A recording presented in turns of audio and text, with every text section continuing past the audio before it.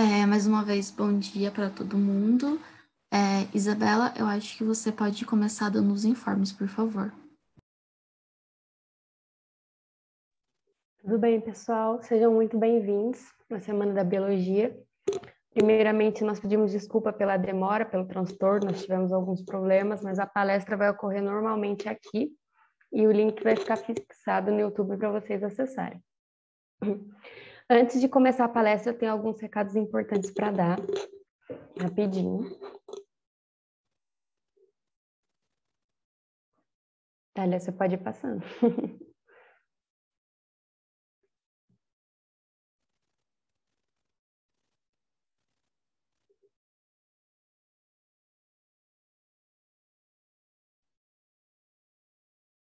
Primeiramente, toda a nossa palestra, vocês vão poder ter um bloquinho para poder anotar tudo que é importante. Então, é só acessar esse link aqui, baixar, para fazer as anotações das palestras.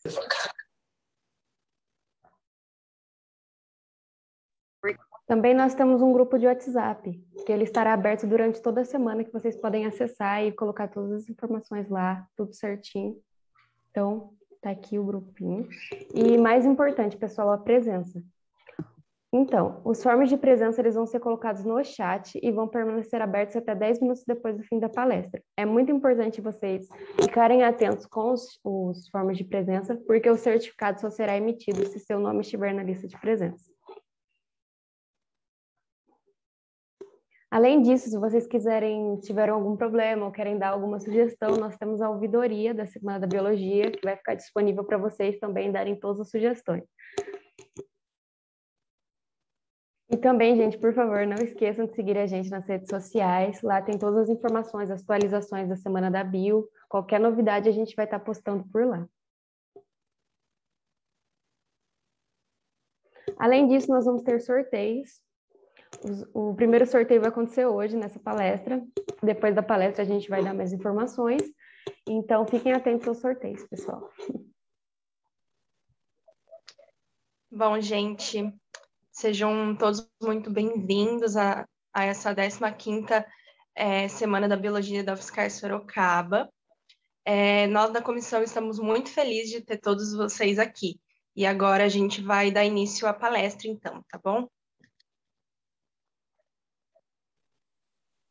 Bom, pessoal, então vamos começar a palestra. A nossa palestra de hoje é sobre plasticidade após lesão no sistema nervoso central, entre a recuperação funcional e a epilepsia. O nosso palestrante, que já está aqui na chamada, é o Henrique Rocha Mendonça. Ele é graduado em biomedicina pela Universidade Federal Fluminense, mestre em neuroimunologia também pela mesma universidade, com um período sanduíche na Virginia Common University, nos Estados Unidos. Durante o doutorado, ele estudou o papel do óxido nítrico e de receptores metabotróxicos de glutamato no desenvolvimento do sistema visual e na plasticidade induzida após lesões. Ele também fez pós-doutorado investigando a regeneração no sistema nervoso central após lesão do nervo óptico de camundongos. Desde 2015, ele é professor adjunto de histologia e embriologia na UFRJ Macaé e, além disso, é vice-coordenador do projeto de extensão Circuito Neural de Cinema. Lembrando que toda essa atividade será gravada e agora eu vou dar um momento para o nosso palestrante. Gente, bom dia. Obrigado pelo convite, tá? É um prazer estar aqui com vocês. Então, vou começar a compartilhar minha tela para a gente começar a palestra. Aí, deixa eu ver como é que funciona isso. Eu estou acostumado a compartilhar no... Olha que confusão. Ai. Gente, vocês vão me dizer se vai funcionar, tá? Tá compartilhando a minha tela? Sim. Vocês estão vendo aqui o PowerPoint da apresentação? Isso. Só não está em tela cheia. Não, calma, tudo bem. Eu vou botar em tela cheia já já.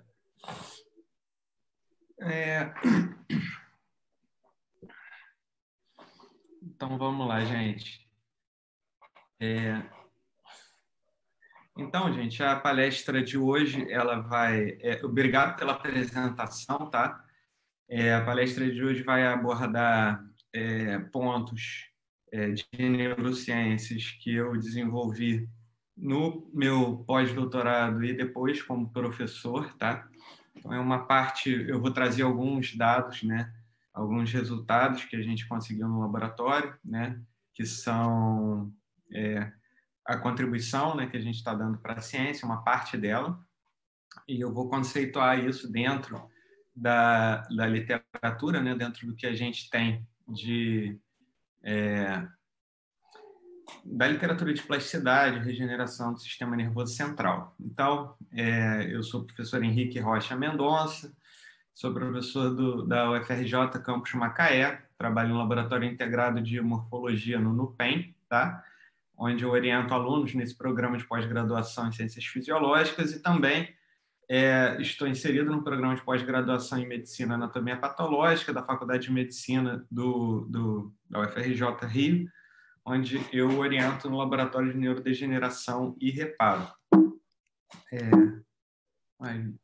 Tá. Então, o trabalho que eu vou apresentar para vocês é plasticidade após lesão do sistema nervoso central entre a recuperação funcional e a epilepsia. Né? Então, eu quero passar uma mensagem de que a plasticidade, a gente sempre ouve falar dela sempre como uma coisa positiva, nem sempre vai ser, mas o estudo dela é super importante para isso. Então, assim, como eu sei que a maior parte do nosso público é de graduação, eu vou dar uma introdução bacana, né? Então, como funciona, né, o sistema nervoso? O sistema nervoso é composto por diferentes tipos celulares, né? Os principais são os neurônios. A gente vai ter as células da glia, que têm funções muito importantes, mas aqui a gente tem o neurônio, né? O neurônio, então, ele vai ter um corpo celular, né, com seu núcleo, muito retículo endoplasmático, principalmente rugoso, tá? Para produzir proteínas, retículo liso para produzir lipídios, por exemplo, para as suas organelas e para os seus prolongamentos. Os prolongamentos são o neurônio típico, né? Ele tem vários prolongamentos dendríticos, né? Que são árvores que vão se ramificando, por onde o neurônio vai receber as suas informações, e vai ter um axônio longo e único, que vai se terminar com terminais sinápticos nos dendritos ou no corpo celular de outro neurônio, ativando ele e levando a informação adiante, né? Esse neurônio, né, para ele levar a informação adiante, então, ele é uma célula que a gente chama de uma célula excitável, né? Ele precisa ser ativado, né? E ele é ativado de uma forma muito interessante, que a ativação do neurônio é uma ativação elétrica, né? Ele funciona como um fio condutor elétrico. E nos nossos fios condutores, a gente tem a passagem de elétrons através de um condutor metálico, mas nos neurônios, essas cargas são passadas através da entrada de íons dentro do neurônio, né? Então, esses íons vão trafegar dentro do neurônio, alterando o potencial elétrico desse neurônio. Então, o que a gente tem? Dentro de um neurônio, normalmente, quando você faz uma medida do potencial elétrico dele, ele é negativo em relação ao meio extracelular, então ele apresenta menos 65 milivolts em relação ao meio extracelular, e isso acontece porque na membrana desse neurônio a gente vai ter várias proteínas transportadoras de íons, por exemplo, a mais importante é a sódio, potássio e ATPase, que vai levar o íon sódio para fora, numa quantidade de 3 íons sódio, e trazendo o íon potássio para dentro, uma quantidade de 2 íons potássio. Então, o que a gente tem? A gente tem uma bomba, né, uma proteína que vai jogar 3 cargas positivas para fora, ao mesmo tempo que joga 2 cargas positivas para dentro.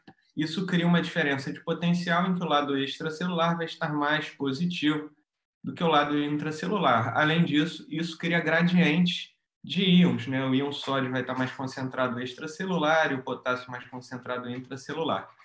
Isso, então, vai gerar essa diferença de cargas, né? Como a gente já falou, que as cargas, o meio extracelular fica mais positivo e o meio intracelular fica mais negativo, né? Quando as cargas, o meio intracelular fica com mais cargas negativas, o que acontece? o campo elétrico dessas cargas, elas interagem através da membrana, tá? Apesar delas não poderem passar, uma vez que a membrana é livre, o campo elétrico delas interage e isso cria essa concentração de cargas no lado externo e no lado interno. Então, eu fico com as cargas positivas na interface externa da membrana e negativas na interface interna. De dica, A gente tem de percepção, você teve uma manejo interessante para adotar. Fechou? Então, Vou falar um pouco da minha pouca experiência, mas assim, ele é muito lento para se desenvolver.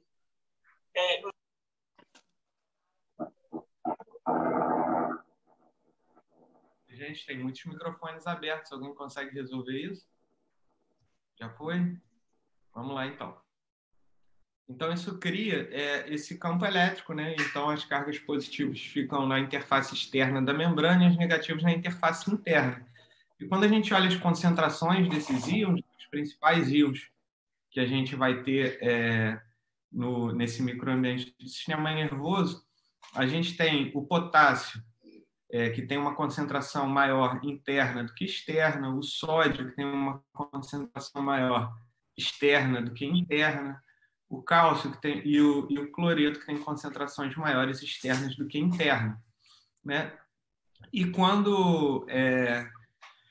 entretanto, se essas concentrações só estivessem do lado de fora, né? De fora não, distribuídas fora ou dentro da célula. Ué, gente, eu não entendi nada esse bomba aparecendo aqui, que isso não foi eu. Ah, gente, isso é da bomba de sódio e potássio, tá?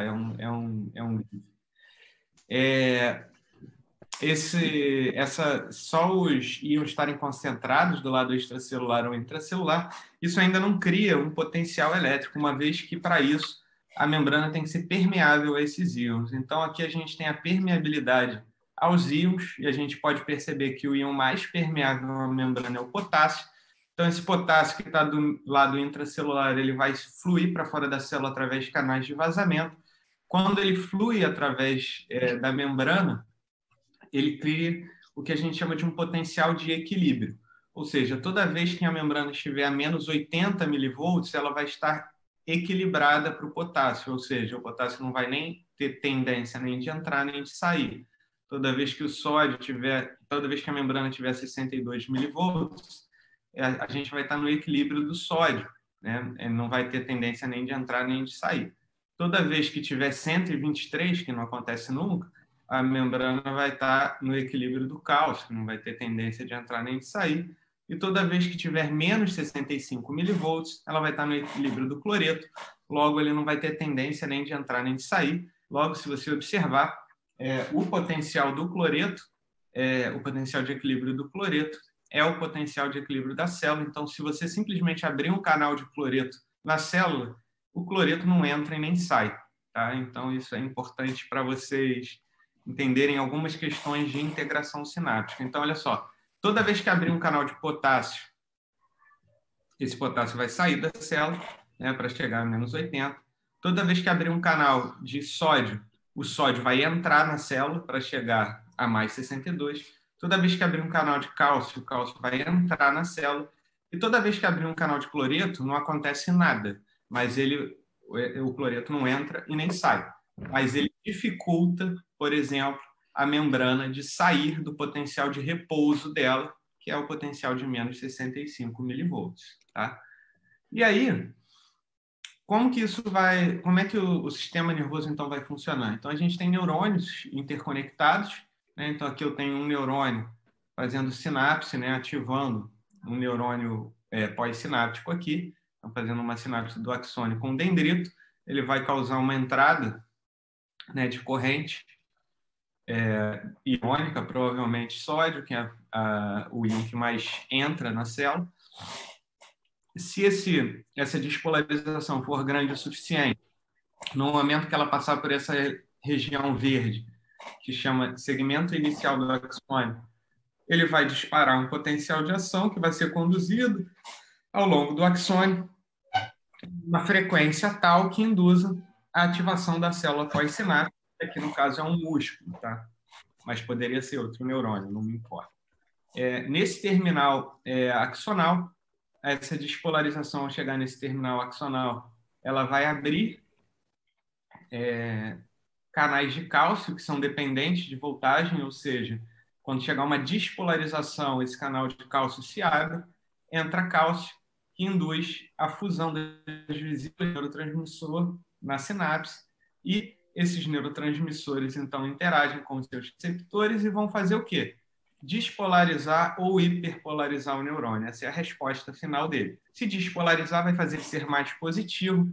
Se hiperpolarizar, vai fazer ele ser mais negativo. E ele não vai, esse neurônio pós-sináptico, então, não vai ser ativado.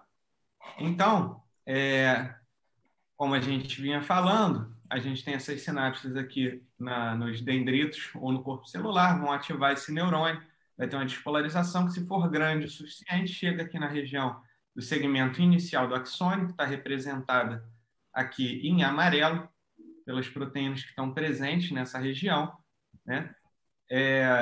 Por exemplo, canais de sódio dependente de voltagem, tá? É muito rico em canais de sódio e canais de potássio dependente de voltagem. E aí o que vai acontecer? Se o potencial de membrana, no momento que chegar nessa região, estiver acima de menos 55 milivolts, ou seja, se tiver ido de menos 65 para menos 55, esses canais de sódio vão se abrir. Uma vez que eles se abrem, né, a partir de menos 55, o sódio entra muito rápido, porque existem muitos desses canais. Então, ele vai deflagrar o potencial de ação.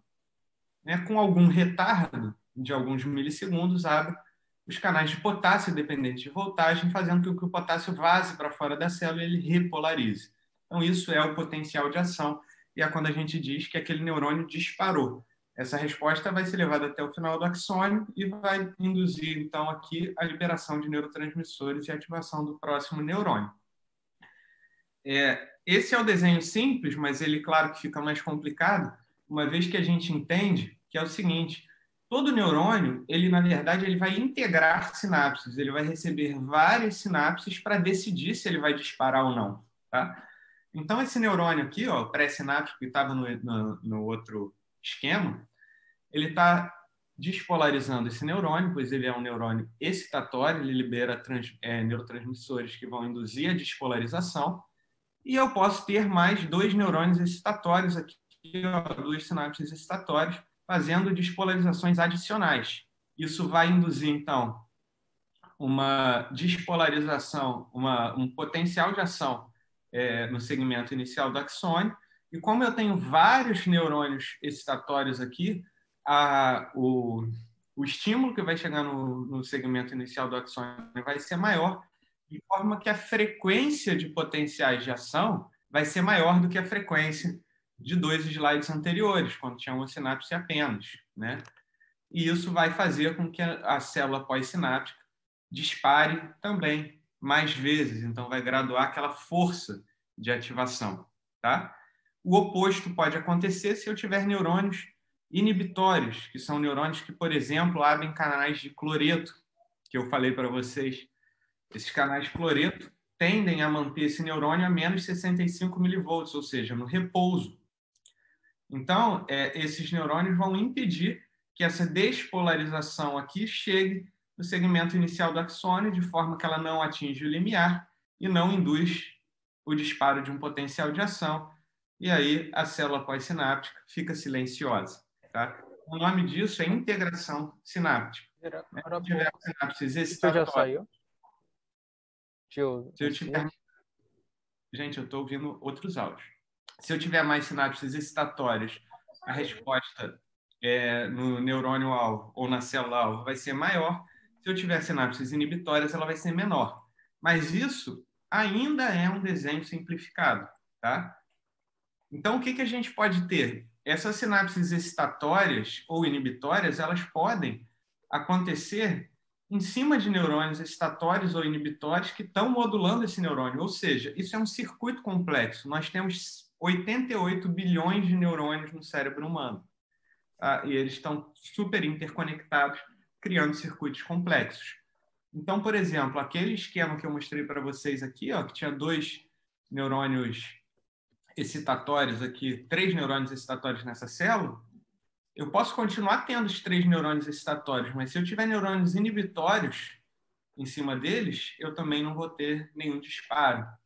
Ao passo que, se eu tiver neurônios inibitórios inibindo o neurônio inibitório, eu vou voltar a ter uma maior frequência de disparo. Então, gente, eu trouxe esse desenho só para mostrar para vocês que o neurônio ele vai integrar todas as informações da sinapse e vai decidir pela sua resposta. Qual é a sua resposta? Dispara um potencial de ação ou não? É a primeira resposta. Segunda resposta, com qual frequência eu vou disparar esse potencial de ação? Eu vou disparar mais vezes ou menos vezes, tá? Então, essa é a resposta que um neurônio vai poder ter, baseado na sua entrada, né? Em quantas sinapses ele recebe. Bom, além disso, né, a gente tem outras formas, né, de modulação desse potencial de ação, que é a mielinização. A mielinização é o seguinte: células da glia que vão estar, né, no microambiente desse sistema nervoso, né, no caso do sistema nervoso central, a célula da glia relevante é o oligodendrócito, ela vai enrolar sua membrana plasmática múltiplas vezes em torno do axônio, criando um isolante elétrico. Tá? Então, se eu tiver um neurônio com um axônio mielínico, que é esse exemplo aqui, o potencial de ação ele é transmitido de forma muito mais rápida do que se eu tiver um neurônio amielínico, que não tem esse isolante elétrico. Tá?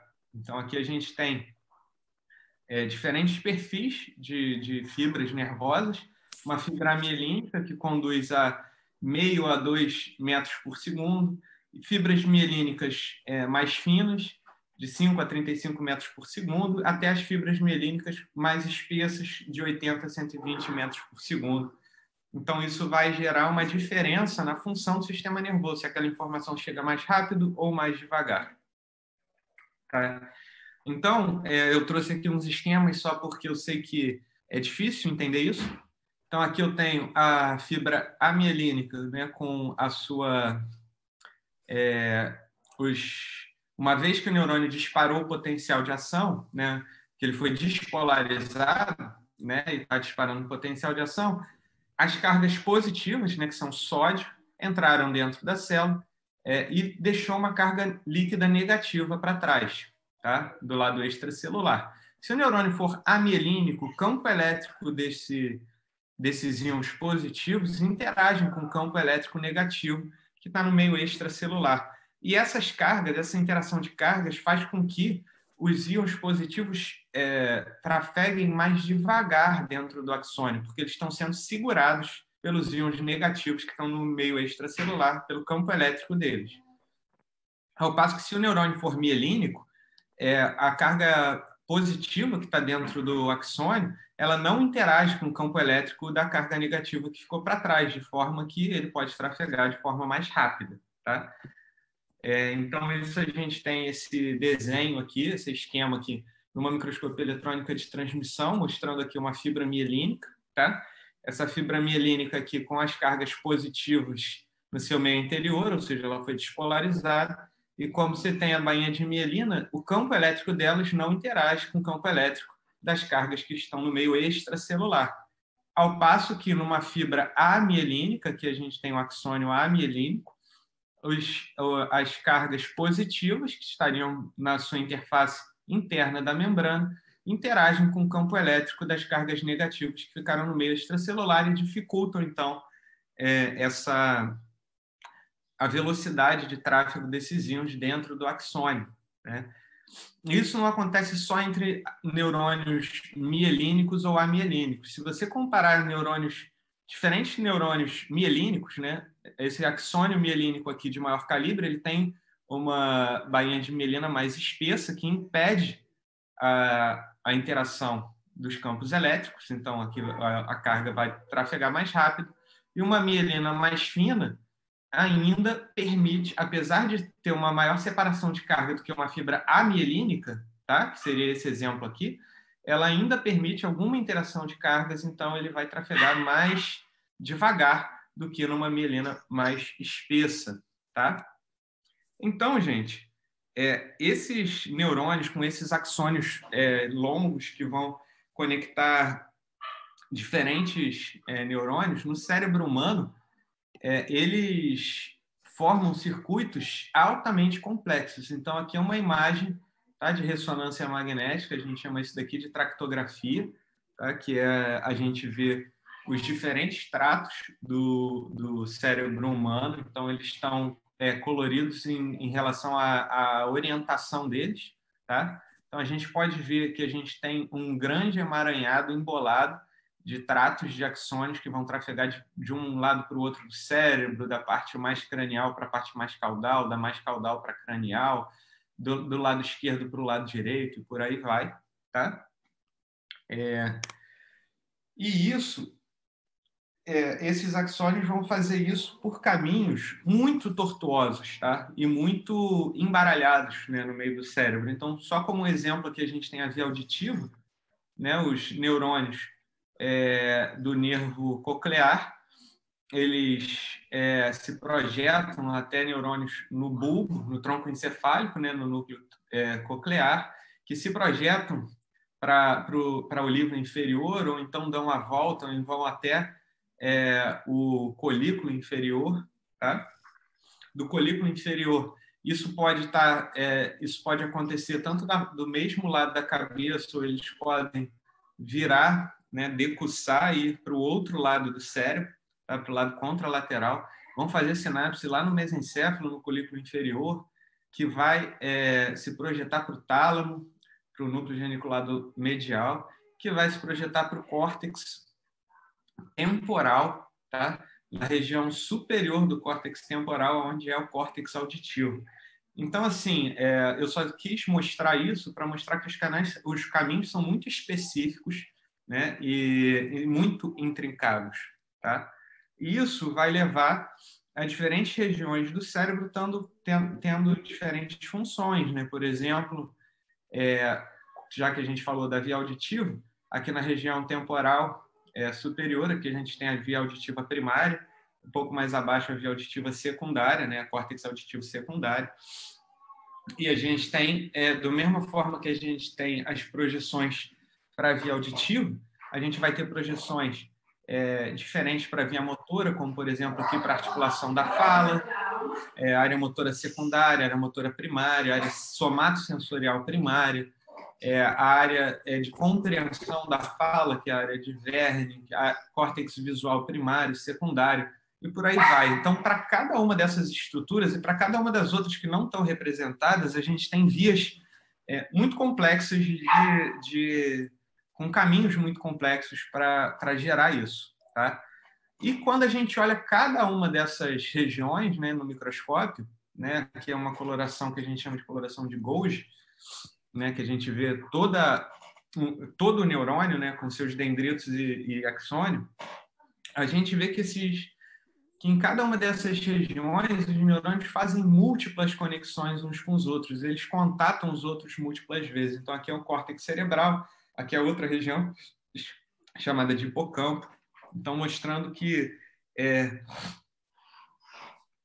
esses circuitos são muito complexos, né? Uma vez que eles são muito complexos, a gente pode imaginar a dificuldade de reparar eles e de readquirir essa complexidade no momento que você sofre uma lesão traumática, por exemplo. Então, como que essa conectividade complexa que eu falei para vocês, ela vai ser padronizada, né? Isso é objetivo das aulas de embriologia, eu não vou falar sobre isso com vocês, mas para que essa complexidade seja adquirida, é necessária a capacidade de adaptação constante das células neurais, né? Então, o que vai acontecer? As células, inicialmente, elas formam um tubo neural, tá? Então, aqui a gente tem um tubo neural com as vesículas encefálicas que vão formar um encéfalo, tá? Então, aqui a gente tem o mesencéfalo, o romboencéfalo e o telencéfalo, tá? Que são as vesículas encefálicas primárias, elas vão se desenvolver até formar o encéfalo humano, né? Que é composto pelo cérebro, cerebelo, tronco encefálico, né?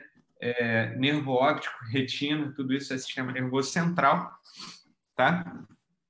Então, para que isso aconteça, essas células que inicialmente estão nessas paredes do tubo neural, elas vão migrar até onde seu corpo celular deve ficar. Elas vão alongar seu axônio por caminhos tortuosos até encontrar seu parceiro apropriado. Elas vão formar um número de sinapses adequado para a estimulação efetiva do seu parceiro. Não vai estimular nem a mais, nem a menos, tá? Elas vão eliminar as conexões que não são efetivas, ou seja, elas vão formar conexões a mais que vão ser eliminadas. Os neurônios que não receberem sinapses vão entrar num programa de morte celular programada, e os neurônios que não conseguirem fazer uma sinapse, ou seja, enviar um axônio para fazer a sinapse, também vão sofrer esse processo de morte celular programada. E é isso que a gente chama de neuroplasticidade natural. Isso é a plasticidade normal do sistema, que ela é importante para que a gente crie toda essa complexidade, e ela vai estar acontecendo desde a formação do tubo neural, né, na quarta semana embrionária, né? Então, o que é a neuroplasticidade, né? Ela é uma capacidade de adaptação do sistema nervoso, especialmente dos neurônios, das mudanças nas condições do ambiente que ocorrem no dia a dia da vida dos indivíduos.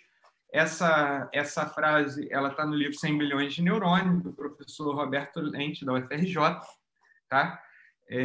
Que é um pesquisador que trabalhou com plasticidade, né? Sempre com plasticidade.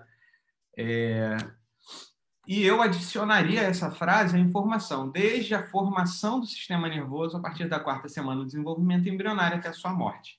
Então, como que ela pode acontecer?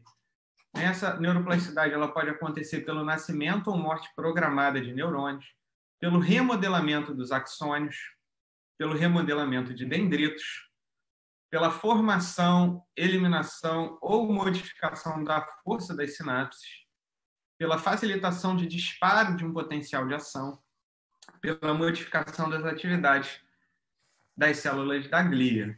Então, para que serve, né, essa plasticidade durante a vida, né?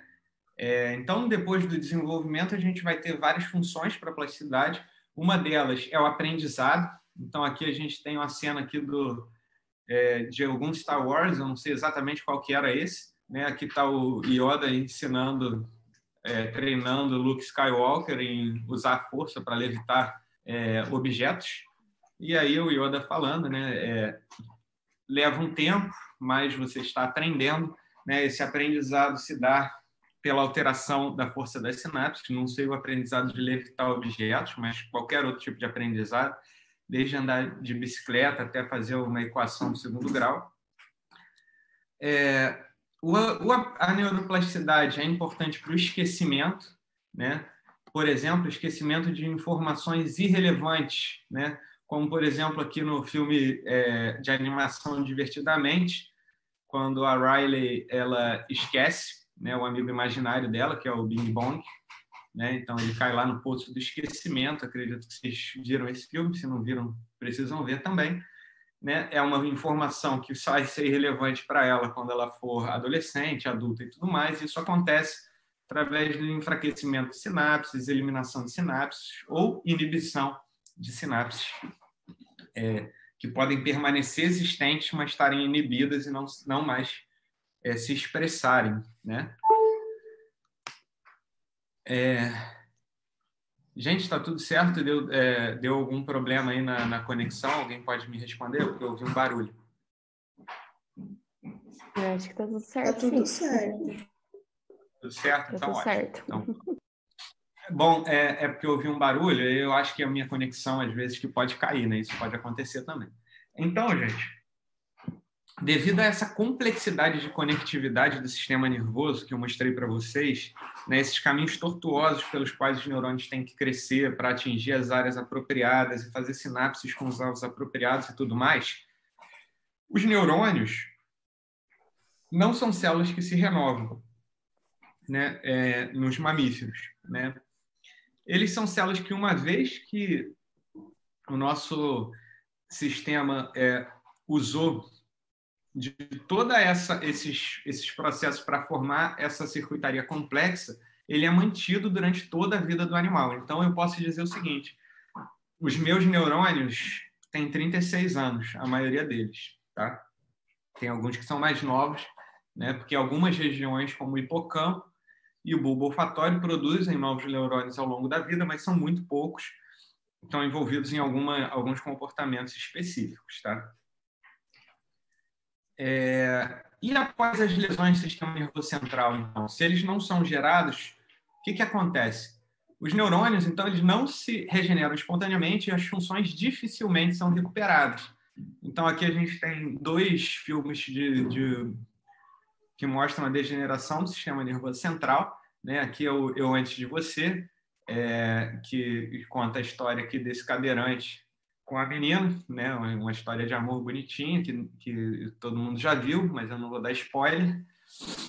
E A Teoria de Tudo, que conta a história do Stephen Hawking, que teve esclerose lateral amiotrófica, que é uma doença dos neurônios motores do cérebro e da medula espinal, né?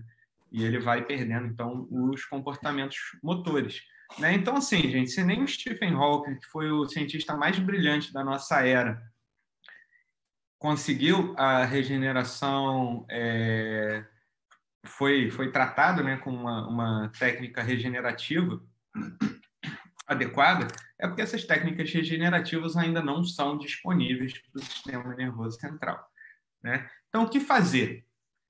A neurociência, então, tem focado seus esforços há mais de um século para conseguir estimular esses 3 pontos, tá? Geração de novos neurônios para repor neurônios lesados, eu não vou falar sobre isso. Regeneração dos axônios dos neurônios em direção aos alvos apropriados, eu vou falar sobre isso com trabalhos que eu fiz ao longo dos últimos anos. E ramificação axonal dos neurônios que sobreviveram como forma a compensar a função dos neurônios perdidos. Então, eu vou falar sobre os pontos 2 e o 3. Tá? Essa plasticidade da qual eu vou falar, ela vai ser adaptativa? Essa é a questão que está lá no título da palestra, né? Nem sempre. Para que ela seja adaptativa, a regeneração tem que se dar exatamente como os circuitos foram formados, tá? E isso é muito difícil, porque eles foram formados no período embrionário. Então, existiam pistas no ambiente que guiavam aquele desenvolvimento, né? Se a plasticidade ocorrer, mas sem as pistas apropriadas, ela pode gerar consequências que são danosas para o indivíduo. E aí a gente tem alguns exemplos aqui. Eu só vou falar do 4, que é a epilepsia, mas, por exemplo, ela vai causar dor neuropática, sensação do membro fantasma, vai causar os vícios, né? E a epilepsia, tá bom? Então, são todas consequências que podem ocorrer após plasticidade não controlada, né? Após... não só lesões, né? Vício não é lesões, vício é diferente, mas a dor neuropática, a sensação do membro fantasma são após lesões traumáticas do sistema nervoso. Então, a gente, no laboratório de neurodegeneração e reparo, a gente foi estudar, então, o sistema nervoso central e tentar induzir a regeneração do sistema nervoso central usando o nervo óptico, né, que sai da retina e vai até o cérebro. Né, como eu mostrei para vocês, ele faz parte do sistema nervoso central e ele tem um fácil acesso, né, por estar na periferia. Então, a gente foi estudar ele. Então, esse daqui é até um trabalho nosso, né, da Andrea, foi publicado em 2017. A gente mostra que, uma vez que a gente causa um esmagamento aqui do nervo óptico, os axônios eles não ultrapassam mais o sítio do esmagamento e não chegam até o final do nervo. Tá? Isso já tinha sido mostrado anteriormente, isso daqui só está dentro do nosso experimento. Por que isso acontece? No sítio da lesão, né, no sistema nervoso central, tá, que envolve lesão de medula espinal, lesão de nervo óptico ou lesão do cérebro, tá? A gente tem uma proliferação e uma invasão de células da glia, tá? Principalmente em preto aqui, não, em preto não, em vermelho a gente tem os astrócitos reativos, tá? Que eles vão criar uma cicatriz juntamente com células da microglia, juntamente com macrófagos que invadem a partir da corrente sanguínea, né? Monócitos que vêm da corrente sanguínea se diferenciam em macrófagos. E essas células gliais, esse acúmulo de células gliais, ele secreta moléculas que prejudicam o crescimento dos neurônios que teriam que ultrapassar essa região. Então, o que vai acontecer? Essas moléculas estão, aqui está representada pela expressão de proteoglicanos, tá? De condroitina sulfato, mas existem outros. Tá? Então, aqui a gente tem essas células da glia, né, no nervo óptico, mostrando como elas formam uma barreira para a passagem dos axônios que vêm da retina. Uma vez que esses axônios foram cortados, eles não conseguem crescer através dessa barreira. Tá? E isso, no sistema nervoso periférico, é diferente. Né? A gente tem no sistema nervoso periférico o seguinte fenômeno. Uma vez que um neurônio ele sofre uma lesão, né, esse nervo periférico ele é invadido por macrófagos. As células de Schwann, que faziam a mielina dele, mudam de função, começam a fagocitar os restos de mielina e de axônio, limpam o ambiente e o axônio consegue crescer novamente e reinervar a estrutura onde ela estava inervando. No sistema nervoso central, não. Acontece aquilo que a gente falou. Uma vez que ele é lesado, acontece a invasão de células da glia, como, por exemplo, astrócitos e oligodendrócitos, que impedem a regeneração e a reconexão do tecido. E isso é conhecido há tanto tempo que o maior neurocientista que eu já ouvi falar, que é o Santiago Ramón y Cajal, um neurocientista espanhol do século do final do 19 para o 20, em 1928 ele publicou isso aqui. Ó. Isso aqui é um nervo óptico de coelho. Ele cortou o nervo óptico de coelho e conectou a um nervo ciático do próprio coelho. Né? Então, conectou uma estrutura do sistema nervoso central com a do sistema nervoso periférico, para investigar o quê? Será que se eu pegar essa estrutura aqui, ó, essa lesão, e botar o sistema nervoso periférico, o ambiente do sistema nervoso periférico, esse axônio consegue regenerar? E ele observou que sim, que conseguia ter alguma regeneração e a entrada de axônios, que estão em preto aqui, vindo do nervo óptico, entrando no nervo ciático do coelho. Tá? Mais de 70 anos depois, um neurocientista argentino, que é o Aguayo, ele mostrou que se ele fizesse essa lesão em ratos, né, a lesão do nervo óptico em ratos, e colocasse o nervo ciático do rato conectando o olho até o cérebro do rato, ele conseguia não só induzir a regeneração, como alguns neurônios da retina do rato chegavam até o cérebro e faziam sinapses. Isso aqui é uma sinapse mostrada por microscopia eletrônica de transmissão. Tá? Eu sei que essa sinapse aqui é uma sinapse vinda da retina por dois motivos. Um, porque os neurônios da retina têm essas mitocôndrias pálidas. Tá? Dois, porque ele injetou um corante dentro da retina e dentro da retina não, dentro do olho, e as células da retina captaram esse corante, que que está em preto aqui. O corante se chama peroxidase. Tá? E aqui a gente tem as vesículas sinápticas, né, com neurotransmissores fazendo a sinapse, que são essas estruturas escuras, tá, com os dendritos de um neurônio do cérebro, que tem essas mitocôndrias escuras. Então, a retina tem mitocôndria pálida, lá no cérebro a gente vai ter essas mitocôndrias escuras, tá bom? Então, ele mostrou, 70 anos depois, né, no final do século XX, que era possível não só regenerar, como formar sinapses. Isso foi muito bom, porque você fala, se forma sinapse, a gente pode recuperar funções no sistema nervoso central. Então, vamos continuar estudando isso. Né? E aí, neurocientista inglês, né, que é o Berry. Em 1996, ele mostrou uma coisa muito importante, que não é exatamente o microambiente, né, do sistema nervoso periférico que facilita a regeneração. Esses axônios, eles podem crescer mesmo se for por dentro do microambiente do sistema nervoso central. Você não precisa botar um enxerto de nervo ciático, ele pode crescer pelo nervo óptico. Por quê?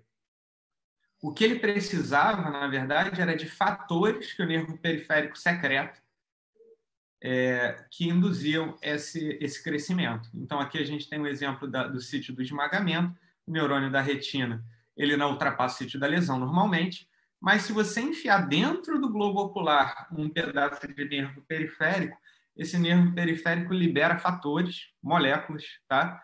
Que vão estimular o axônio da retina a crescer além do sítio da lesão, né? Por dentro do tecido do sistema nervoso central. Isso é muito importante, por quê?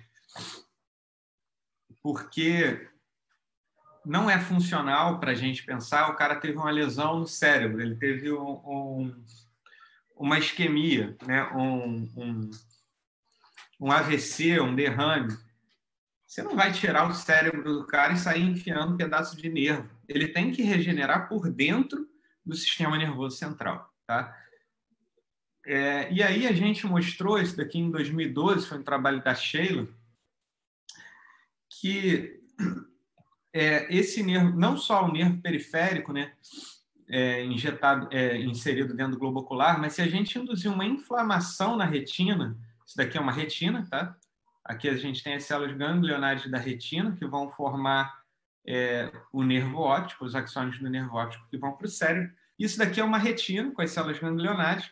E aqui a gente tem um infiltrado inflamatório. Então, a gente tinha injetado nesse olho, ao invés de botar um pedaço de nervo periférico, a gente injetou a parede celular de um fungo, tá? De uma levedura, da Saccharomyces cerevisiae, é o zimozan, tá? É um composto da parede celular, e a gente induziu, então, uma inflamação do olho e da retina. Quando essas células inflamatórias chegam na retina, elas estão representadas aqui, os axônios das células ganglionares da retina, lá no cérebro, que faziam sinapses muito específicas, tá? Bem delimitadas, elas passam a expandir e esses axônios passam a fazer sinapses em várias regiões nesse núcleo. No cérebro, né? Esse núcleo é o colículo superior, mas poderia ser outra região que a gente poderia estar falando, tá? Então, essa questão da inflamação intraocular, ela foi estudada também na regeneração. Esse trabalho nosso aqui não é de regeneração, ele é só as conexões estavam apropriadas, a gente só botou a inflamação e viu que as conexões ficam mais ricas, tá? A gente induziu a plasticidade ali daqueles axônios. Mas quando a gente tem a lesão, né, esse trabalho também não é do nosso grupo, tá? Foi observado que quando você fazia a lesão o esmagamento do nervo periférico, do nervo óptico, os axônios não regeneram, mas quando esse esmagamento era feito ao mesmo tempo que se fazia uma lesão no cristalino, tá? Que é a lente do olho,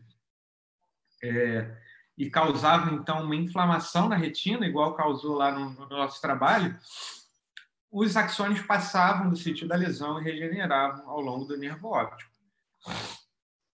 Bom, então, esse grupo, tá?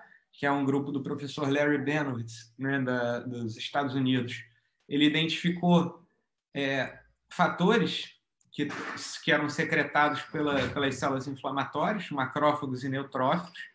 Então, aqui a gente tem os neutrófilos em vermelho, aqui os macrófagos em vermelho, com diferentes marcadores, e viu que eles expressavam esse fator de crescimento que se chama oncomodulina. Em 12 horas após a lesão, os neutrófilos tinham bastante oncomodulina, em 72 horas depois da lesão, os macrófagos tinham bastante oncomodulina, e esse fator, então, induzia a regeneração dos axônios da retina. Isso foi visto nesse experimento aqui, que é o seguinte: quando ele fazia a lesão na lente, né, no cristalino, e induzia a inflamação intraocular, os axônios da retina conseguiam regenerar no nervo óptico após o esmagamento. Mas quando eles injetavam um anticorpo contra a oncomodulina, ou seja, uma coisa para bloquear a oncomodulina, esses axônios paravam de passar do sítio da lesão. Ou seja, o fator que a lesão da lente induz, né, é a oncomodulina, que é secretada pelos neutrófilos e macrófagos lá no globo ocular e que vai favorecer os axônios a regenerarem. Tá? E aí, ao longo do tempo, esse mesmo grupo começou a estudar terapias combinadas para a regeneração da retina, uma vez que só essa inflamação ela era boa para induzir a regeneração, mas não era o suficiente para chegar no cérebro. Ele regenerava dentro do globo ocular, mas não dentro do nervo óptico, mas não chegava ao cérebro para fazer as sinapses. E aí não tem como ter recuperação de função. Né? Então, aqui ele tem 4 grupos. Né? O primeiro grupo é só a lesão, e a gente observa que os axônios não regeneram.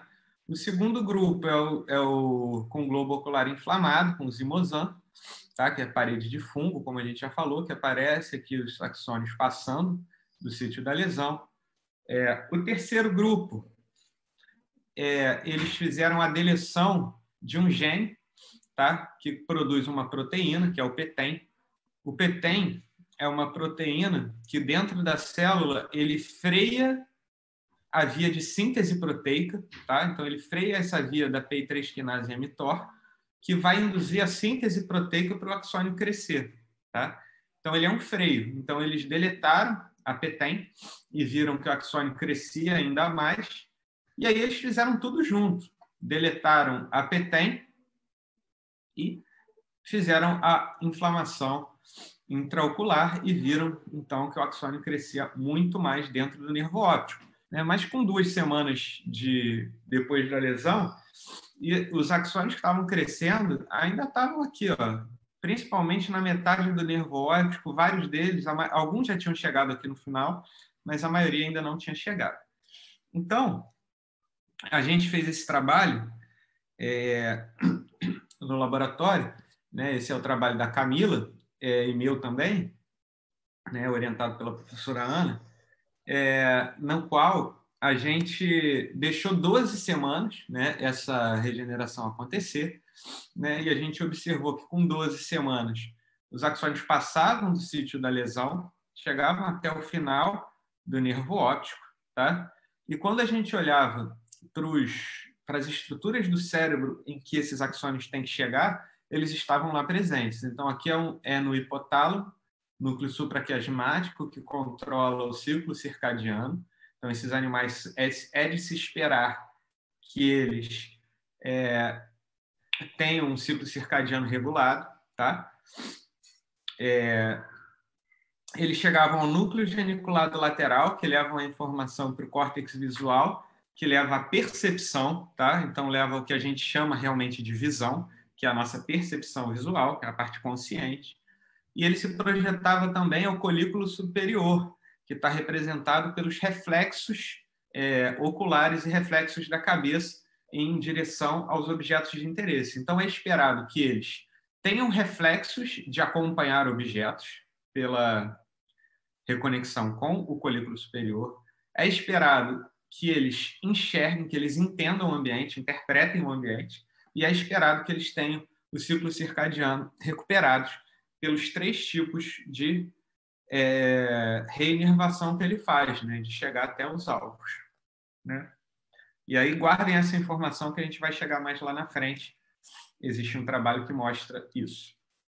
No nosso trabalho, a gente mostrou que essa regeneração, né, desses axônios, ela foi acompanhada com uma limpeza do nervo óptico. Então, igual lá o nervo periférico tinha uma limpeza, né, entravam macrófagos, né, que fagocitavam os restos de axônio da mielina, a gente foi ver se o nervo óptico, que é o sistema nervoso central, quando ele se regenera, se a gente conseguia essa limpeza.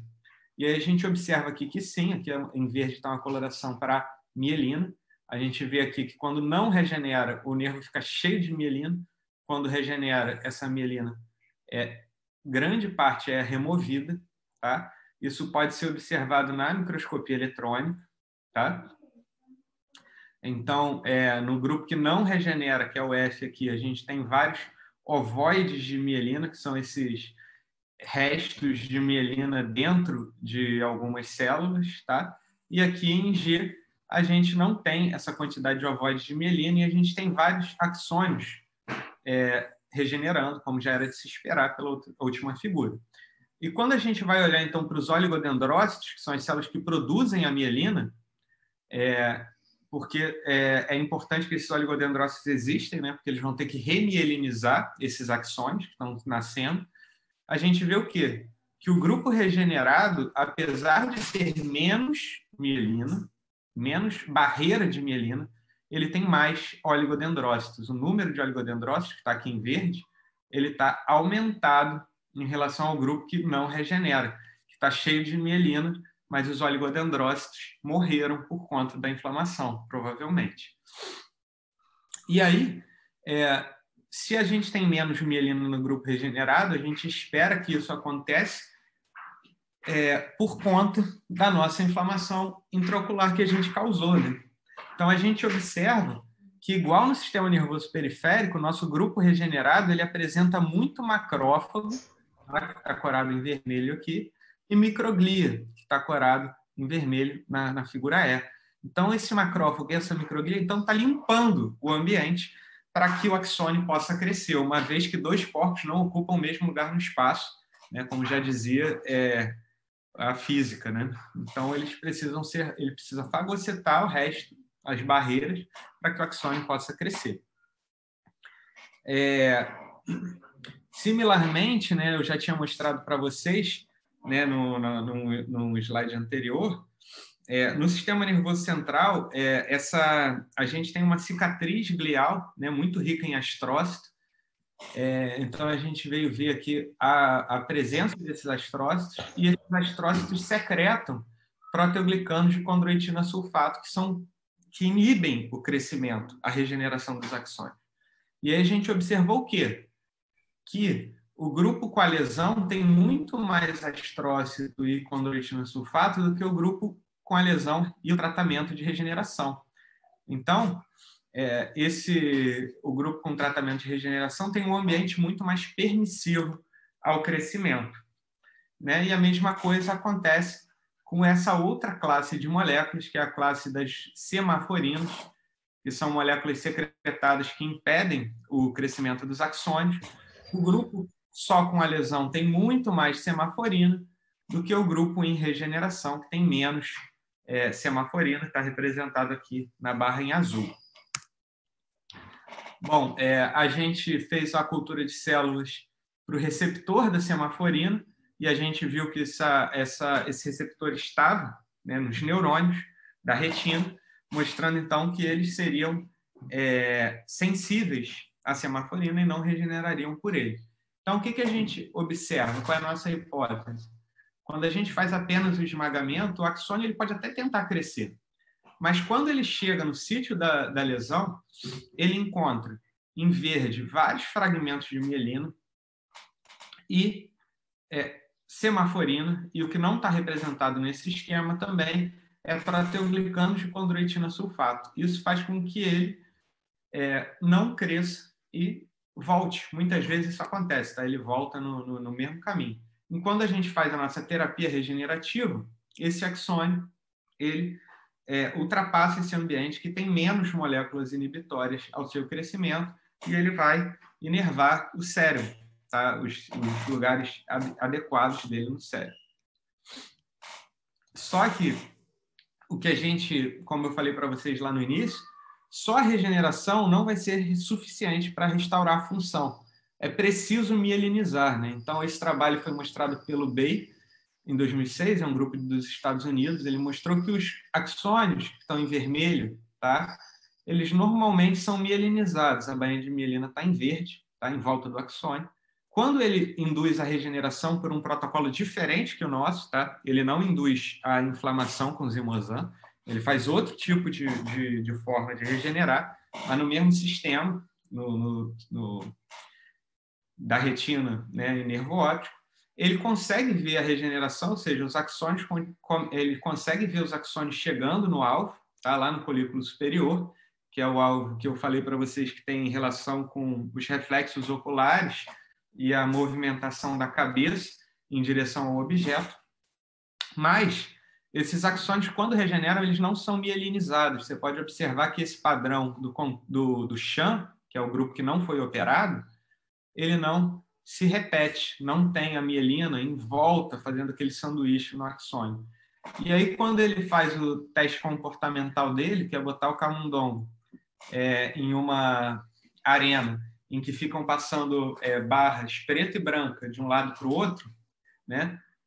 O bichinho, né, o bichinho que sofreu o tratamento de regeneração, ele não melhora, ele não acompanha as barras, né? Então, tanto o animal controle, que é o que sofreu lesão e não teve tratamento, ou seja, o animal cego, quanto o animal regenerado, não acompanham as barras. Então, assim, apesar dos axônios terem chegado no colículo superior, pela ausência da mielina, ele não consegue, ele continua sem conseguir acompanhar as barras, o que significa que ele não está tendo os reflexos visuais, tá? Então, a gente foi ver se no nosso modelo, que é um modelo diferente, tá? Se os axônios eram mielinizados ou não. E aí a gente publicou esse artigo aqui, no qual a gente viu o seguinte. Primeiro resultado interessante nosso foi que 12 semanas depois do nosso tratamento regenerativo, a gente tem muitas células em vermelho, que são células da linhagem dos oligodendrócitos, que são as células que mielinizam, tá?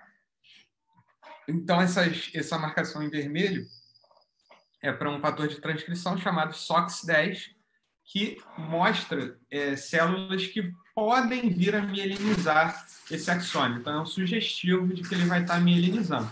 Quando a gente olha a microscopia eletrônica de transmissão, né, em 12 semanas, no nervo óptico, a gente vê que já tem axônios com bainha de mielina, tá? Mais grossa, parece que é um axônio que foi mielinizado há mais tempo, bainha de mielina mais fina, parece que é um axônio que foi mielinizado há menos tempo, e ainda axônios sem bainha de mielina, tá? Ou não foram mielinizados, ou não vão ser mielinizados, a gente não sabe dizer. E aí a gente foi ver toda a linhagem de oligodendrócitos, desde os progenitores dos oligodendrócitos, que são células que ainda não amadureceram, até os oligodendrócitos maduros.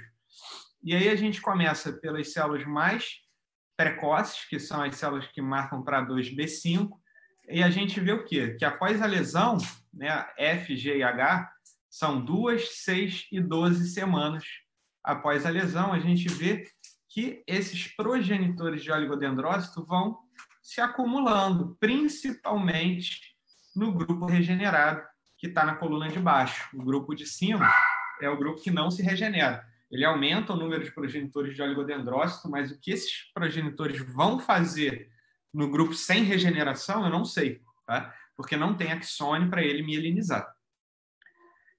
Quando a gente olha os progenitores um pouco mais avançados, né, que já são pré-oligodendrócitos, a gente vê também que o grupo regenerado, que está aqui em vermelho, apresenta mais progenitores o tempo inteiro do que o grupo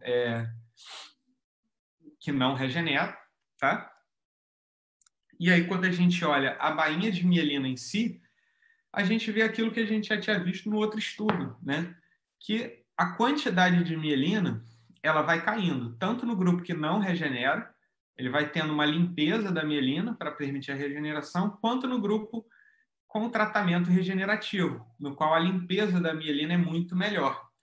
Mas aí eu chamo a atenção para vocês no seguinte: apesar do grupo regenerado em 12 semanas ter muito menos mielina do que o grupo não regenerado, o padrão dessa mielina é diferente. Você pode observar várias linhas de mielina que sugerem que sejam axônios recebendo bainha de mielina em volta deles, tá? E no grupo não regenerado, eu vejo bolotas de mielina, que sugerem padrão de ovoides de mielina, que são restos de mielina sendo fagocitados pelas células do sistema, tá? Então, isso daqui parece que a gente está tendo, além da gente ter tido a limpeza da mielina, parece que os axônios que regeneram estão recebendo a bainha de mielina.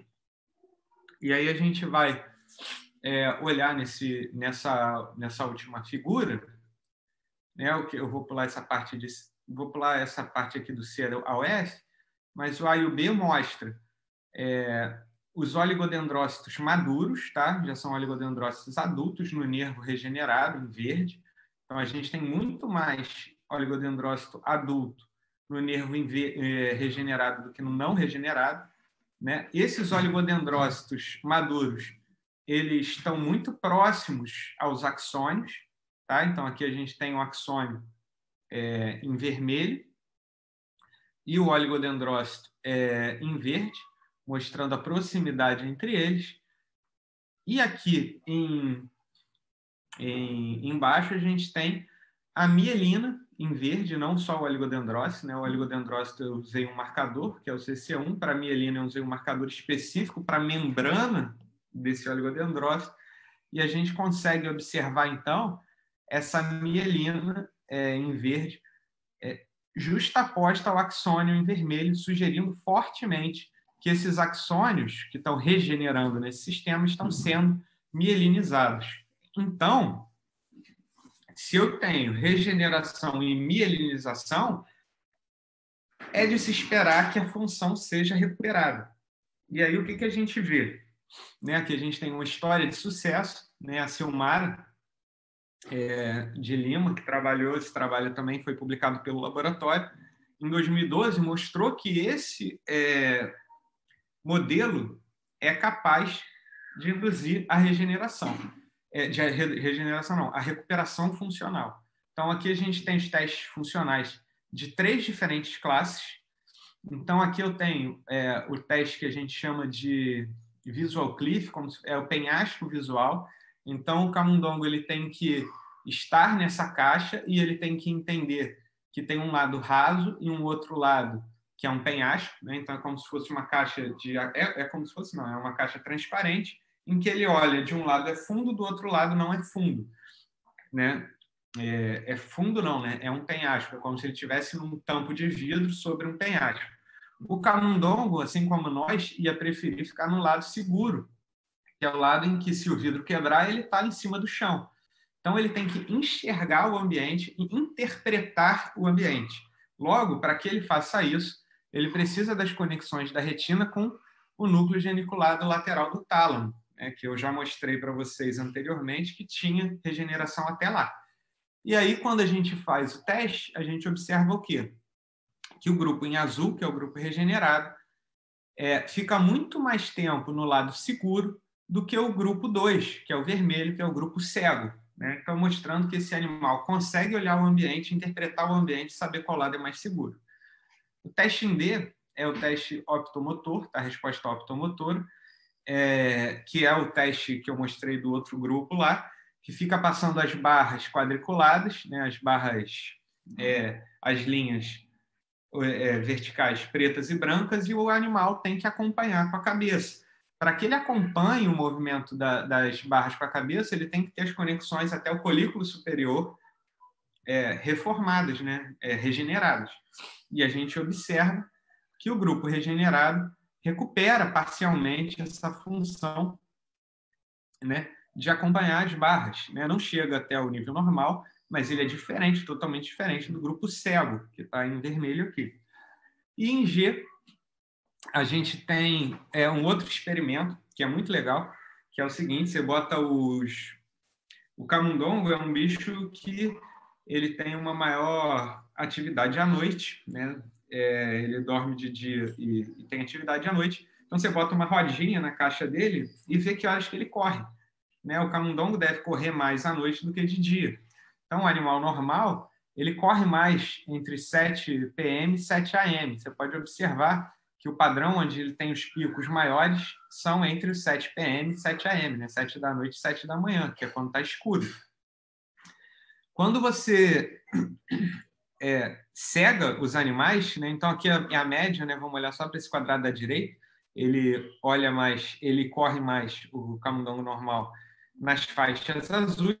Quando você cega o animal, né, que é o grupo 2, ele perde esse padrão, e quando você faz tratamento regenerativo, ele recupera parcialmente esse padrão de fazer mais atividades à noite, de correr mais na rodinha à noite, né? Então, o que isso significa? Que para ele ter esse comportamento, ele tem que ter tido a regeneração até o hipotálamo no núcleo supraquiasmático, e a gente mostrou que essa regeneração acontece. Então, esse trabalho foi o primeiro trabalho a mostrar a recuperação funcional após uma lesão completa, tá? da via visual após um tipo de tratamento. Então, essa é a nossa conclusão, é a nossa história de sucesso, mostrando que a regeneração do sistema nervoso central é possível e promissora. Por outro lado, eu tenho um outro modelo experimental, que é o modelo animal de malformações do espectro da polimicrogiria. Então, o que é isso? Eu causo uma lesão nos animais lá durante o início do desenvolvimento, logo que o animal nasce, né, lá no córtex cerebral do animal, que seria correspondente, logo que o animal nasce, ao terceiro trimestre de gestação. Tá? Então, eu aproximo uma sonda de cobre a menos de 55 graus Celsius no crânio do animal, tá? Através do osso, e isso causa um frio tão grande que mata as células que estão abaixo no córtex. Então, o que a gente tem? A gente tem a morte das células profundas, principalmente, né, da região onde foi feita a lesão, e o córtex se dobra, né? Quanto mais grave for a lesão, mais camadas de células vão morrer. Essa daqui é uma lesão que causa a polimicrogiria, tá? Que preserva ainda algumas camadas de células. Você pode observar que algumas camadas de células se continuam, né? Mas as camadas mais profundas, por exemplo, a 5 e a 6, elas deixam de existir, porque elas morreram por conta da lesão. Ou ela pode ser mais grave e causar uma fenda aberta nesse córtex. Então, aqui a gente tem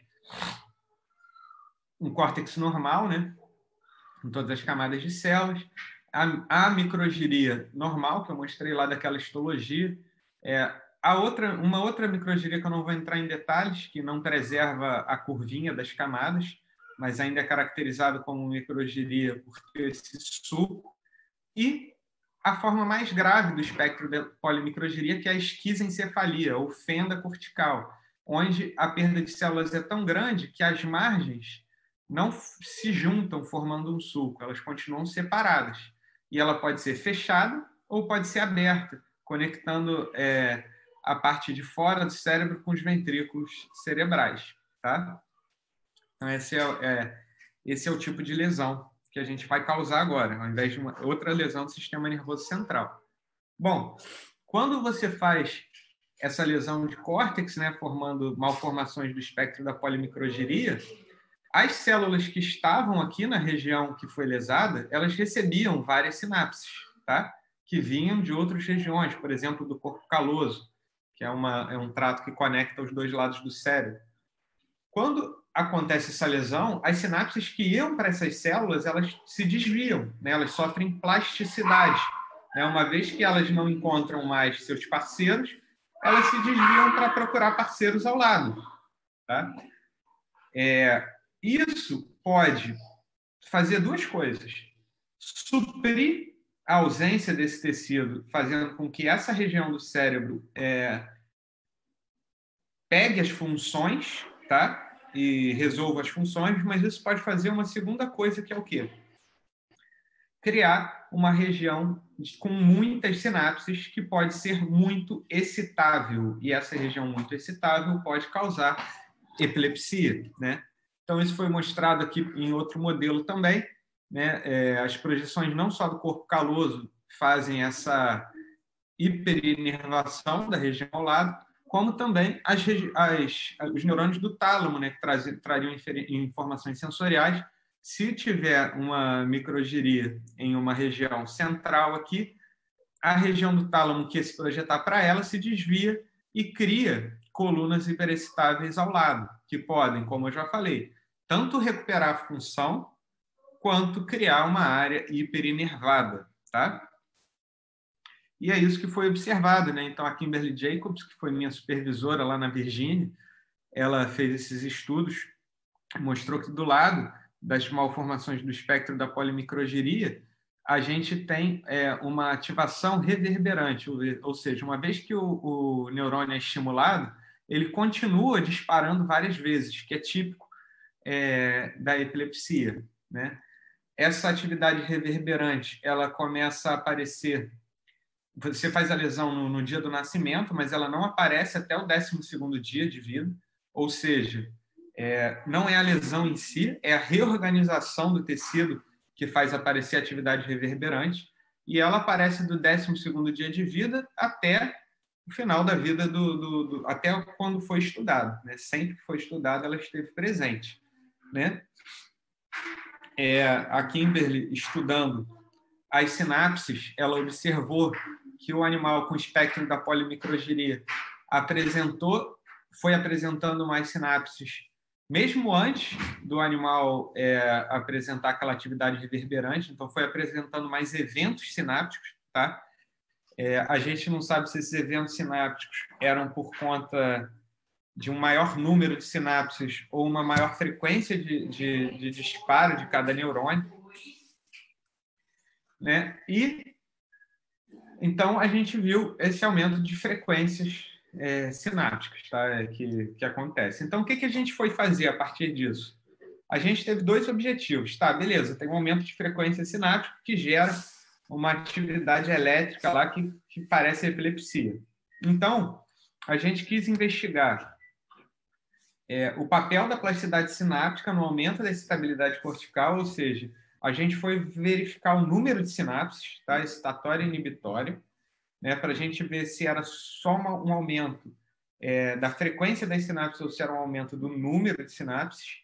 E a gente foi investigar o papel da alteração da mielinização no aumento dessa excitabilidade, né? Como eu falei para vocês no início da aula, da palestra, quanto mais mielina, mais rápido é a condução desses estímulos.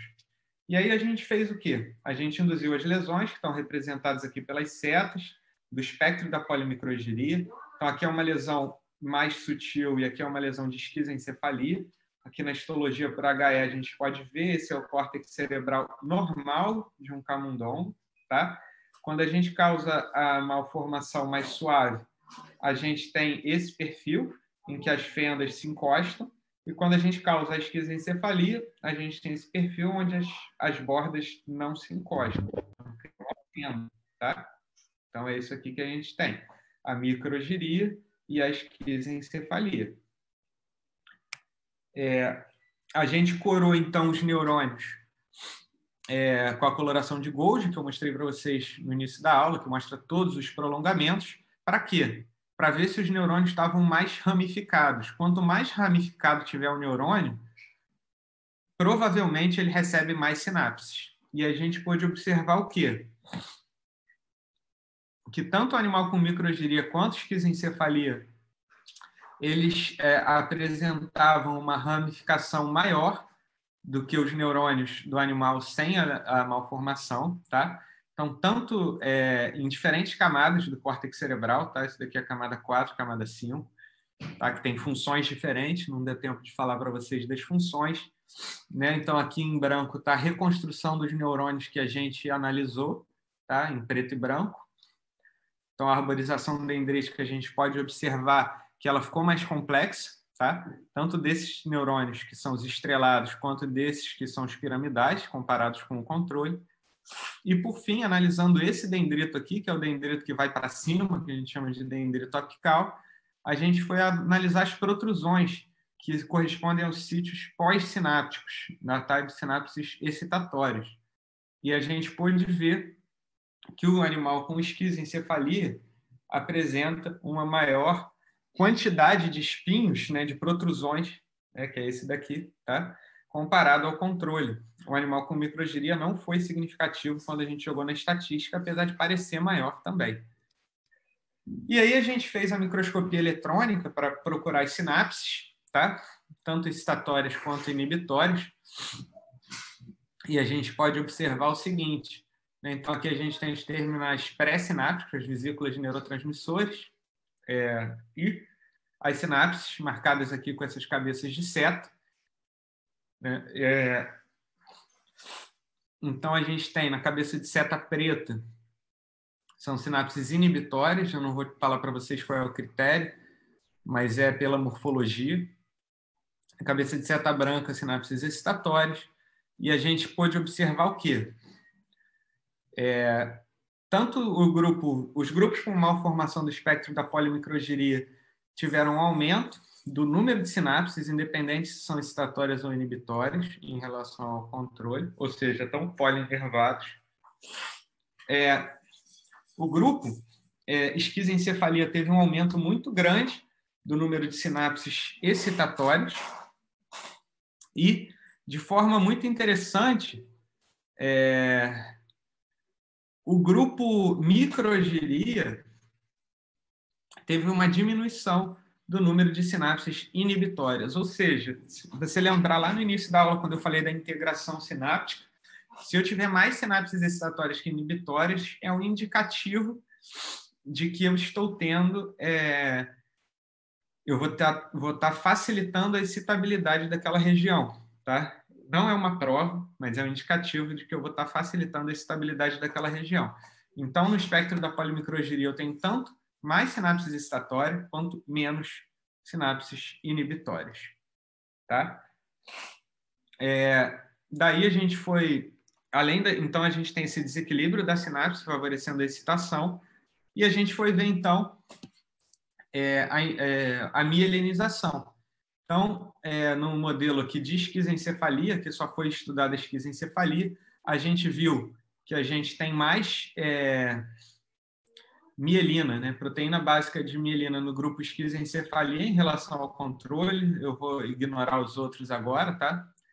Então, a gente tem mais mielina no grupo esquizoencefalia. Então, além de mais sinapses, esses neurônios devem estar com mais bainhas de mielina, conduzindo mais rápido, tá? Isso no córtex cerebral, né? Que é a substância cinzenta.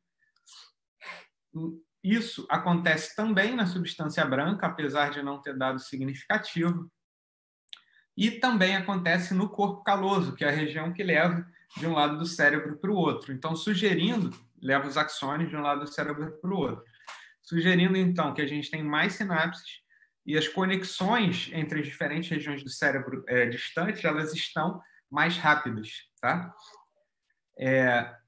Por último, a gente, além de ver a mielina, a gente viu os oligodendrócitos, que são as células que produzem a mielina. A gente viu que tem um aumento do número de oligodendrócitos do controle para esquizoencefalia, tá? Tanto no córtex cerebral quanto na substância branca, né, que é onde estão os axônios, quanto no corpo caloso, tá?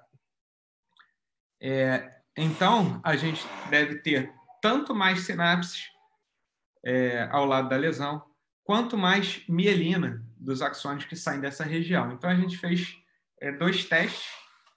3 testes, na verdade, comportamentais, né? Se lembrando que os testes que a Kimberly fez foram testes de atividade elétrica do cérebro, eles não viram os comportamentos dos animais, então a gente partiu para o comportamento.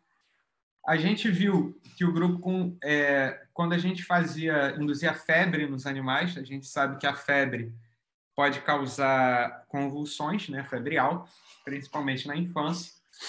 Quando a gente induzia a febre nos animais, a gente via que o animal com esquizoencefalia ele entrava em convulsão mais rápido do que os animais normais. Quando a gente injetava um antagonista de receptor inibitório, que é uma forma também de causar convulsão, né, porque você diminui muito a inibição, a gente viu que os animais com esquizoencefalia, quando a gente fazia uma dose letal, né, que é uma dose que vai levar o animal à morte, a gente vê que os animais com esquizoencefalia tinham uma maior probabilidade de morrer da convulsão, eles morriam mais rápido, tá? E, por último, usando uma dose não letal, né, do antagonista inibitório, a gente foi ver os comportamentos da convulsão desse animal. E aí a gente tem uma escala que a gente chama de escala de Racine, tá? Que são 8 tipos de comportamento diferentes. Tá? A gente observou o quê? Que os animais com esquizoencefalia eles ficam mais tempo em um tipo de crise específica, que é a crise clônica unilateral, que é quando ele mexe os bracinhos, as patinhas, tá? E que essa crise é específica do lado que responde ao córtex com a malformação. Ou seja, o córtex com a malformação induz uma modificação com aumento de sinapses excitatórias, diminuição de sinapses inibitórias, aumento de mielinização, e isso causa um comportamento convulsivo dele no lado contralateral do corpo, ou seja, o lado que é controlado por aquela lesão. Tá? Então, eu só queria trazer essa mensagem para vocês, né, que o estudo da plasticidade é super importante e ele é essencial para restaurar funções perdidas por lesões no sistema nervoso central ou por doenças degenerativas.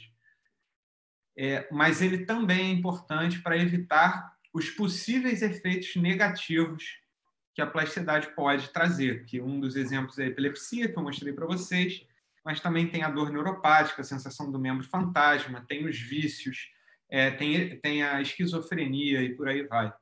Né? Então, queria agradecer aos meus colaboradores e ao apoio financeiro, né, da FAPERJ e da CAPES, que ajudaram na realização desses trabalhos, CNPq também. Tá?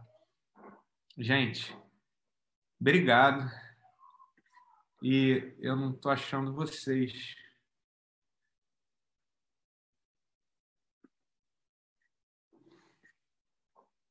Eu quero interromper compartilhamento. Tá, estou aqui. Vocês estão me ouvindo? Vamos sim, a gente que te agradece por essa palestra. Muito obrigada. Desculpa o transtorno novamente. Tem vários elogios aqui no chat, ó. Já está dando para interagir com o pessoal. E assim, eu tenho algumas perguntas também. O pessoal que quiser deixar mais perguntas no chat aqui, está agora aberto para interação. Isabela, as perguntas podem ser as mais variadas, tá? Eu quis trazer bastante do que a gente faz, porque eu acho que vocês precisam ver, vocês que eu digo alunos de graduação, tá? Em geral, o que é possível ser feito, o que a gente está fazendo, como a gente aborda os problemas, né? Não é um momento não foi um momento de aula, né? Foi um momento de discussão, de mostrar as coisas que a gente está fazendo para que vocês possam entender, né, como que a ciência, como é que a gente pode avançar na ciência e não simplesmente de eu explicar para vocês os mecanismos das coisas. Então, vocês podem fazer as perguntas que vocês quiserem, tá? Estou aqui para isso.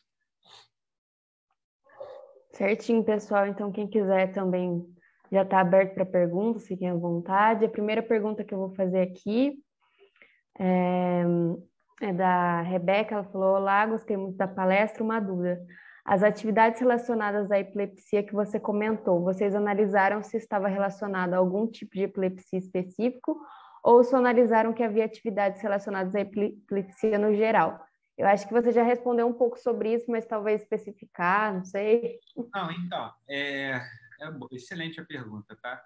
Então, são coisas muito diferentes. Quando eu mostrei os dados da Kimberly, que foi minha orientadora no pedaço do doutorado, ela faz a eletrofisiologia de fatia do córtex. Não tem como dizer se é uma epilepsia de um tipo ou de outro, tá? Ela só vai ver a atividade e vai dizer o seguinte: isso aqui deve dar alguma epilepsia, mas aí ela não faz o comportamento, né? Que foi o que a gente fez depois. Quando a gente faz o comportamento, a gente vê o tipo de crise que o animal é capaz de ter. Então, eu vi crises febris, tá? Que são comuns na infância, e eu vi uma crise mioclônica, que pode estar em diferentes doenças que a gente chama de diferentes tipos de epilepsia. Tem um outro trabalho que eu fiz, que eu não trouxe, né, que é da Grace, não sei se ela está aí, acho que não. Se ela tiver, ela pode dar um oi. Que a gente viu, eu posso falar errado, tá? Mas que eu acho que a gente viu principalmente a crise tônica, tá? Que é uma crise que ele fica parado. Então, assim, quem já viu uma pessoa tendo crise, que é uma coisa muito feia, né? Você pode identificar diferentes fases da crise. Tem a fase que a pessoa fica parada e tem a fase que a pessoa fica se debatendo. Então, o meu animal, ele se debateu mais do que ficou parado, entendeu? É isso que eu estou querendo dizer. E tem a crise de ausência também, gente, que é um outro tipo de crise epilética que às vezes a gente se esquece, né? Mas vamos lá. Então, vamos lá. Próxima pergunta é da Thalia. Ela colocou: ótima palestra, um trabalho incrível. Gostaria de saber se os resultados obtidos para chegar nessas conclusões já estavam presentes na literatura ou é uma inovação obter esses resultados?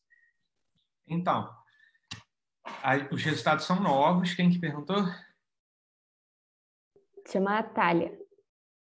Tá, então, eu não Thalia. entendi. Thalia, tá. Acho que é Thalia. Tá tranquilo, Thalia.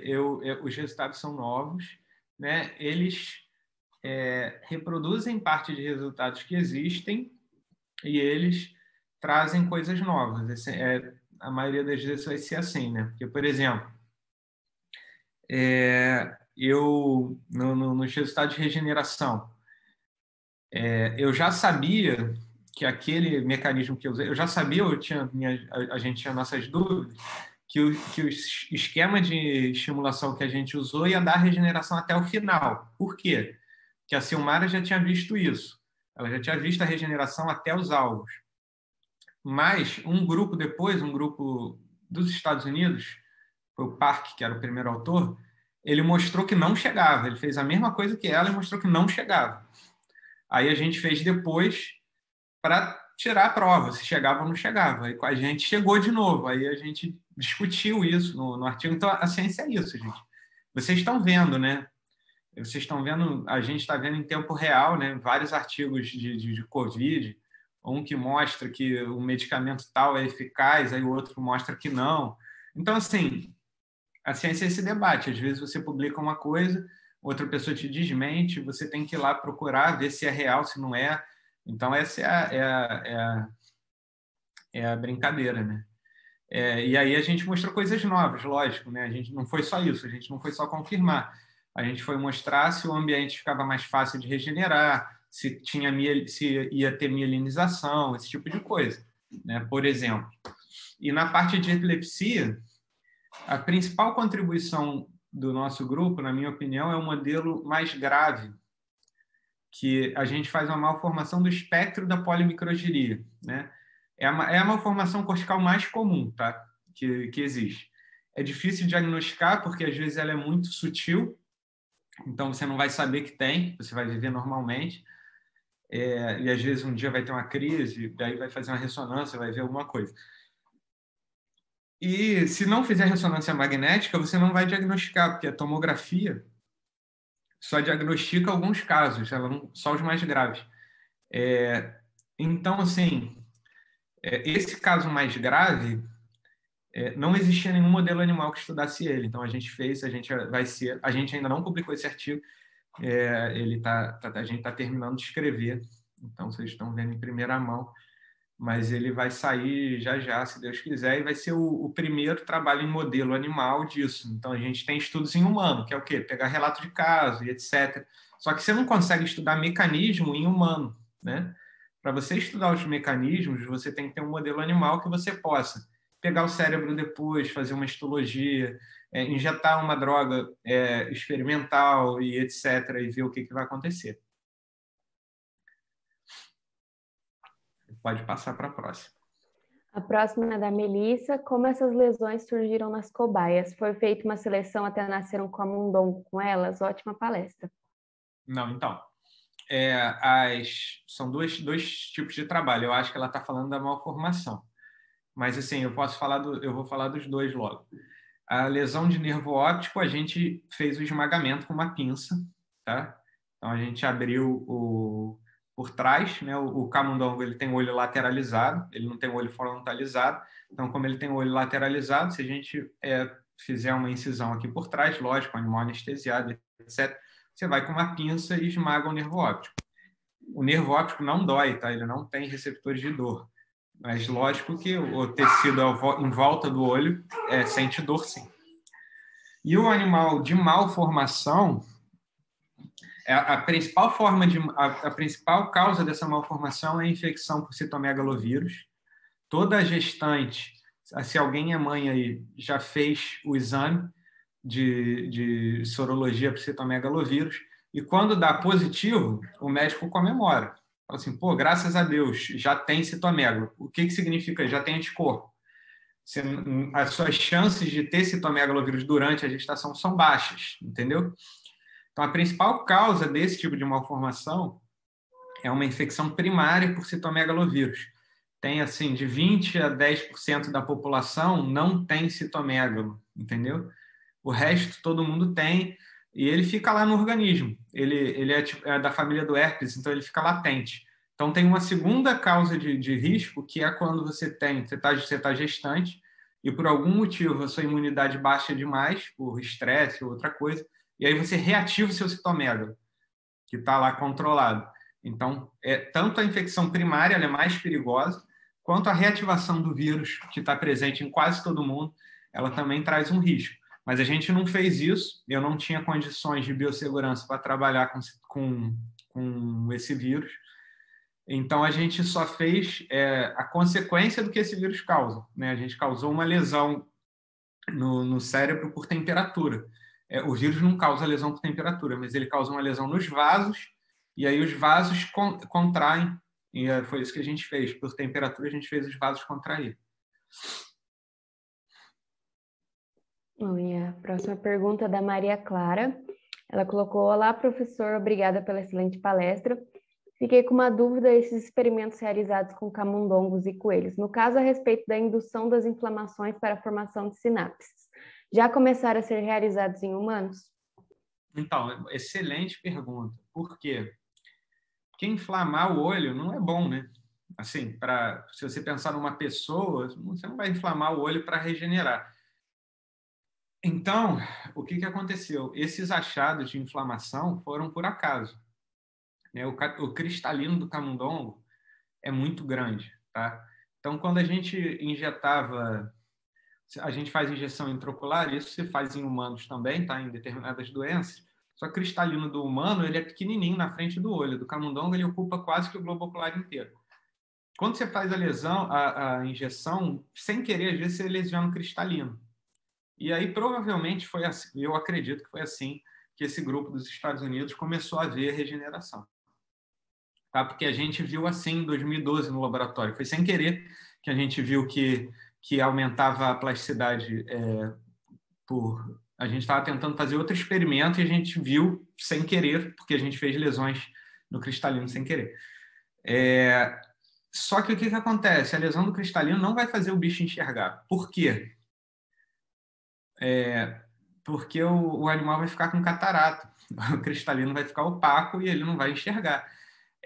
A mesma coisa os imosantes. Se vocês viram, as recuperações que eu mostrei são parciais, elas não são recuperações totais. Então, agora, o que os grupos estão fazendo é injetar o fator, que é a oncomodulina, que é o fator que as células inflamatórias liberam. Então, as células inflamatórias liberam a oncomodulina. Então, eles estão injetando a oncomodulina, porque ela não vai causar inflamação e provavelmente não vai causar catarata, não vai causar glaucoma. Porque, assim, a inflamação pode causar outras coisas na retina. Não é um modelo clinicamente viável, sabe? Mas ele foi fundamental para que você crie os modelos clinicamente viáveis agora. Certinho, então a gente finalizou as perguntas aqui. Agradeço muito a sua participação, a palestra, a paciência. Muito obrigada, de verdade, por tudo. Foi meu, tá? Obrigado. E bom evento para vocês. Muito obrigada. Tchau, tchau. Tchau, tchau. Posso sair aqui? Vocês continuam, né? Vocês têm alguma outra coisa agora antes do almoço, não? Acho que o pessoal vai fazer agora só o sorteio para os inscritos, para ver quem ganhou o prêmio do curso. Tá, joia. Eu tô saindo então, gente. Até logo. Até logo, muito obrigada, viu?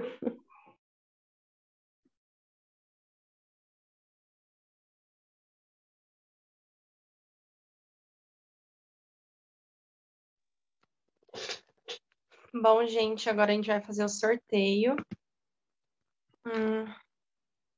A Isa vai transmitir pra gente aí na tela.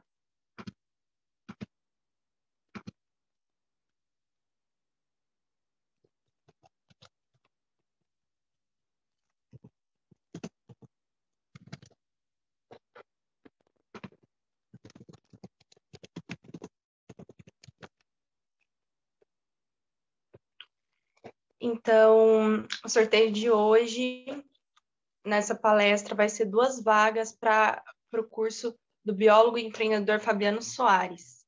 A gente vai sortear os números no site. E aí, eu vou olhar aqui na lista para ver qual o nome que saiu.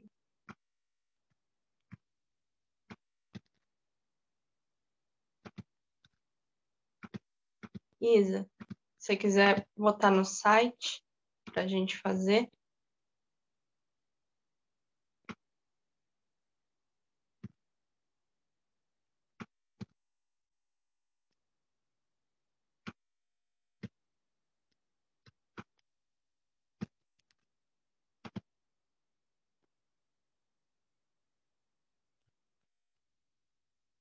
Então, a gente vai sortear 2 números.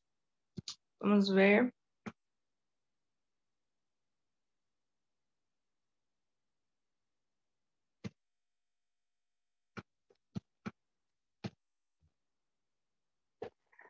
Número 36, vamos ver, 36.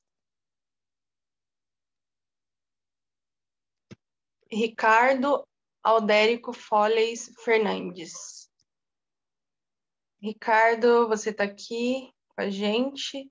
Senão a gente manda as coisas para você. Depois a gente entra em contato com você. E aí, 54.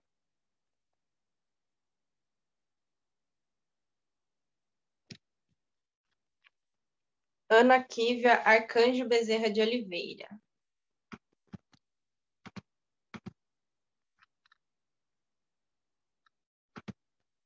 Então é isso. A gente vai entrar em contato com o pessoal que ganhou, então. Se o pessoal não estiver por aqui.